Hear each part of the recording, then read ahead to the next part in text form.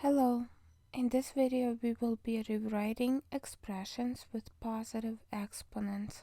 In this example we need to simplify 100 raised to the negative 1/2. Negative exponent becomes positive when we move it into denominator, so we will get 1 out of 100 to the positive 1/2. Anything that is in denominator of the exponent is a root, so we can rewrite 1/2 power as square root of 100 to the first, and it's still in the denominator. We can rewrite 100 as 10 to the second power. Let's keep everything else as is. We have 1 out of square root of 10 to the second. Square root and the second power will cancel since they are inverses, and we get 1 out of 10 as our solution.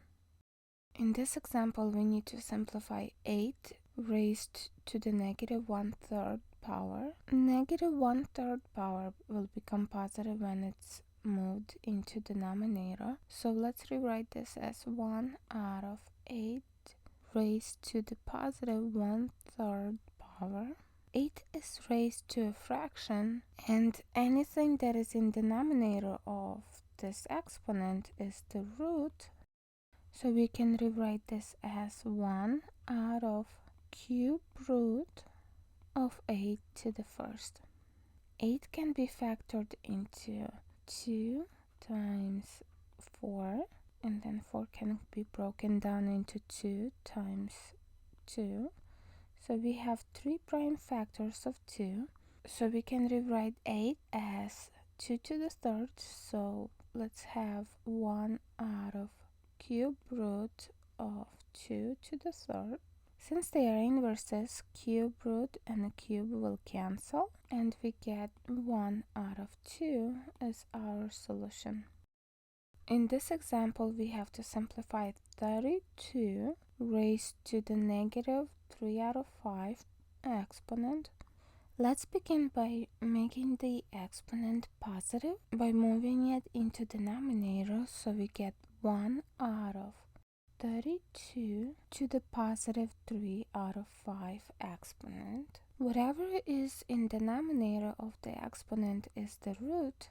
So let's rewrite this expression as 1 out of 5th root of 32, and whatever was in numerator of the exponent is the power or the exponent.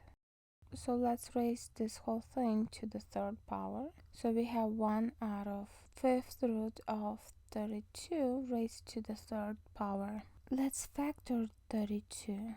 32 is 2 times 16. 2 is a prime. 16 can be rewritten as 2 times 8.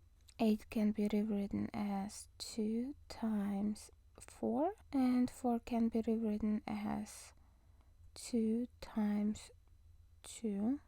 So 32 can be rewritten as 5 factors of 2. So instead of 32, let's rewrite this as 2 to the 5th power. And let's keep everything else as is. So we have 1 out of 5th root of 2 to the 5 and is raised to the third power.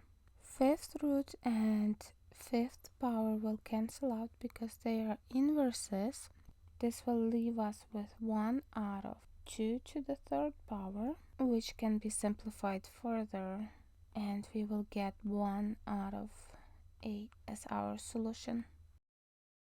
In this example, we have to simplify 3xy in parentheses raised to the negative 5 out of 9. The negative exponent will become positive when we move it into denominator. So this becomes 1 out of 3xy raised to the 5 out of 9.